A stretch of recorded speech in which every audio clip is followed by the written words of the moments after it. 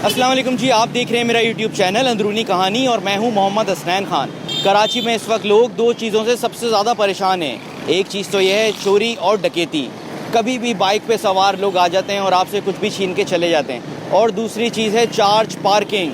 आप गाड़ी लेके कहीं जाते हैं, कहीं से गुजरते हैं और गाड़ी जैसे ही आपकी स्लो होती है या आप गाड़ी साइड में लगाने की कोशिश करते हैं, सबसे पहले हाजिर होने वाला शख्स होता है चार्ज पार्किंग वाला।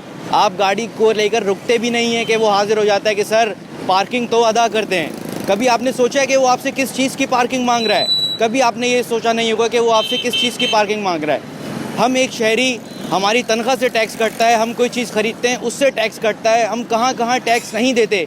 बिजली के बिल में टैक्स, पानी के बिल में टैक्स, गैस के बिल में टैक्स, और उसके बाद सड़क पर चलने के लिए भी हमें पार्किंग देना पड़ती है। ये किस बात की पार्किंग है? इसी पर बरहमी का इज़हार करते हुए सिंध हाई कोर्ट में समाअत के दौरान जस्टिस साहब ने किया। उन्होंने किस तरह इदारों पर बरहमी का इज़हार किया, आइए आपको बताते हैं। सिंध हाई कोर्ट ने कराची में गैर कानूनी पार्किंग की अलॉटमेंट और पार्किंग फ़ीस को गैर कानूनी करार दे दिया। अदालत ने रिमार्क्स दिए कि किस कानून के तहत पार्किंग फ़ीस वसूल की जा रही है।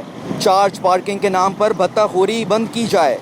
सिंध हाई कोर्ट ने पार्किंग फ़ीस वसूली पर DIG ट्रैफिक, कमिश्नर और बल्दियाती इदारों पर सख्त इज़हार बरहमी करते हुए सवाल किया कि किस कानून के तहत पार्किंग फ़ीस वसूल की जा रही है। जस्टिस मोहम्मद इकबाल ने कहा कि पार्किंग फ़ीस के नाम पर शहरियों की बेइज्जती की जाती है और पार्किंग वाले फ़ीस ना देने पर बदतमीज़ी करते हैं। अदालत ने मुतल्लिका हुकाम से सवाल किया कि किसने जगह जगह पार्किंग की इजाज़त दी। गैर कानूनी पार्किंग से शहर में ट्रैफिक जाम रहता है। जस्टिस इकबाल ने कहा कि पार्किंग वाले तयशुदा फ़ीस ही नहीं बल्कि कोई 20 और कोई 30 रुपये फ़ीस वसूल करता है। अदालत ने कहा कि किसी ने आधे घंटे बाद दोबारा वहीं गाड़ी पार्क करनी हो तो फिर फ़ीस ली जाती है। जस्टिस मोहम्मद इकबाल कलोड़ों ने सवाल किया कि कोई तो कानून होगा जिसके तहत पार्किंग फ़ीस वसूल की जा रही हो, जिस पर नुमाइंदा कमिश्नर ऑफिस का कहना था कि पार्किंग फ़ीस वसूल करने का कोई कानून नहीं, फ़ीस सड़कों की मुरम्मत के लिए वसूल की जाती है। जज मोहम्मद इकबाल ने सवाल किया कि कौन सी सड़कों की मुरम्मत हो रही है? सड़कों का हाल देखा है आपने?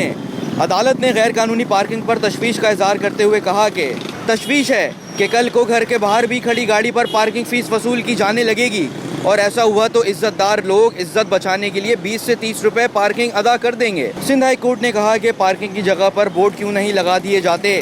फासिल जज ने कहा कि कराची की सड़कों को पार्किंग के लिए ठेके पर दिया गया है, हम कार्रवाई करेंगे और पार्किंग फ़ीस के नाम पर भत्ता नहीं लेने देंगे। तो ये थे वो रिमार्क्स जो जस्टिस साहब ने समाअत के दौरान कहे। कभी आप जाएं और कहीं गाड़ी लगाएं और पार्किंग का नुमाइंदा आपके पास आए पैसे मांगने के लिए, तो उससे ज़रूर पूछिएगा कि जस्टिस साहब ने और सिंध हाई कोर्ट ने पार्किंग को गैर कानूनी करार दिया है, इसे भत्ते से ताबीर किया है। मैं आपको पार्किंग क्यों अदा करूँ? आप होते कौन है मुझसे पार्किंग लेने वाले? आप किसके नुमाइंदे हैं? आप टाउन के नुमाइंदे हैं, आप DMC के नुमाइंदे हैं, आप KMC के नुमाइंदे हैं? आपको किस आला ओहदेदार ने पार्किंग लेने का कहा है? आप उससे तफसील ज़रूर मालूम करिएगा और आप देखेंगे कि उसके पास आपके सवालों का कोई जवाब नहीं होगा। जब हमने एक पार्किंग वसूल करने वाले से अपनी शनाख्त छुपाते हुए सवाल किया कि आप ये गैर कानूनी काम क्यों कर रहे हैं, तो पहले तो वो आपदीदा हो गए कि सिंध हाई कोर्ट हमसे हमारी रोज़ी छीन लेगी, जिससे ये साफ वाज़े होता है कि उन्हें पता है कि इस काम को गैर कानूनी करार दिया जा चुका है। उसके बाद मैंने उनसे सवाल किया कि क्या आपको पता है ये पैसे किसके जेब में जाते हैं, जिस पर उन्होंने हम पर बड़े इंकिशाफात किए और बताया कि डिस्ट्रिक्ट के हिसाब से ठेके बिकते हैं और डिस्ट्रिक्ट सेंट्रल का सौदा DC ऑफिस से होता है और इस वक्त सेंट्रल का ठेकेदार फैजान और फैजान लंबा है, जिसने करोड़ों रुपए में ये ठेका हासिल किया है। और उनकी इतला के मुताबिक उस इलाके के थाने को एक अड्डे से 8,000 रुपये यौमिया दिए जाते हैं और एक पार्किंग वाले की जिम्मेदारी 1500 रुपये रोज़ाना जमा करने की होती है कि उसने लाजमी एक दिन में 1500 रुपये जमा करके देने हैं। जो ऊपर की कमाई होगी वो उस बंदे की होगी। अगर कमाई 1500 रुपये से कम है तो अपनी जेब से पैसे देना होंगे। उस शख्स ने ये भी इंकिशाफ किया कि पूरे कराची से पार्किंग की मद में इतना पैसा जमा होता है कि अगर मुल्क के वज़ीर आज़म को पता चल जाए तो वो सर पकड़ कर बैठ जाएंगे कि इतना पैसा है इस गैर कानूनी काम में और ये सारा पैसा गैर कानूनी तौर पर ठेकेदारों की जेबों में जाता है। तो इस बात से कमिश्नर ऑफिस के नुमाइंदे की वो दलील जो उन्होंने अदालत में कही थी कि ये पैसा सड़कों की मुरम्मत में इस्तेमाल होता है, पार्किंग वाले के इंकशाफात के बाद ये बात बिल्कुल झूठ साबित होती है।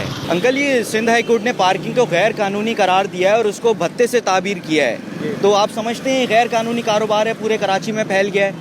100% ये गैर कानूनी है और ये पुलिस वाले खूब पैसा खा रहे हैं और बल्कि पुलिस वालों का ही ये अंडर में काम हो रहा है। तो जो आला ओहदेदार हैं इसमें मुलव्विस हैं और उसके बाद सिंध हाई कोर्ट इस तरह के रिमार्क्स देता है, तो इन लोगों को कोई फ़र्क नहीं पड़ता कि ये किस तरह का काला कारोबार कर रहे हैं पूरे कराची में? असल में सिंध गवर्नमेंट ही काले कानून पे चल रही है। मैं क्या कह सकता हूँ, बस अल्लाह ताला हमें सबको हदायत दे और ये कभी मुल्क सुधरेगा नहीं। तो अंकल ये बताएं कि कल को आपके साथ कोई इत्तेफाक होता है, आप गाड़ी लेके कहीं जाते हैं अपनी फैमिली के साथ और पार्किंग वाला आता है, तो क्या आप उसको पार्किंग की फ़ीस अदा करेंगे? नहीं, मैं तो कभी नहीं अदा करूँगा, सीधी बात ये है। चाहे झगड़ा हो कुछ भी हो। सिंध हाई कोर्ट ने पार्किंग को गैर कानूनी करार दिया है, आपने कभी पार्किंग दी है? पार्किंग जब खड़ी करते हैं तो पार्किंग तो लेते हैं, ज़बरदस्ती लेते हैं। आप नहीं दोगे तो झगड़ा होगा। तो आप उनको कहते नहीं है कि यार अदालत ने गैर कानूनी करार दे दिया है फिर भी आप मांग रहे हैं? एक दफ़ा मैंने बोला वो सामने वाले उस पर, मैंने बोला आपके पास कोई है सबूत जो आप पार्किंग आपने लगाई हुई है? बोला आपको सबूत से क्या वास्ता है? मैं कहा सबूत से वास्ता है ना, मेरे को लगा के दो, बताओ मेरे को कि आपको कोई अथॉरिटी है गवर्नमेंट की तरफ से। तो फिर आपने वहाँ गाड़ी लगाई कि नहीं? गाड़ी में लगाई हूँ ना, गाड़ी में नहीं हटाऊंगा यहाँ से। अगर कोई कानूनी कार्रवाई है तो आप बताओ मेरे को। तो ये थी आज की वीडियो। अगर आपको वीडियो पसंद आई हो तो हमारे चैनल को ज़रूर सब्सक्राइब कीजिएगा। शुक्रिया।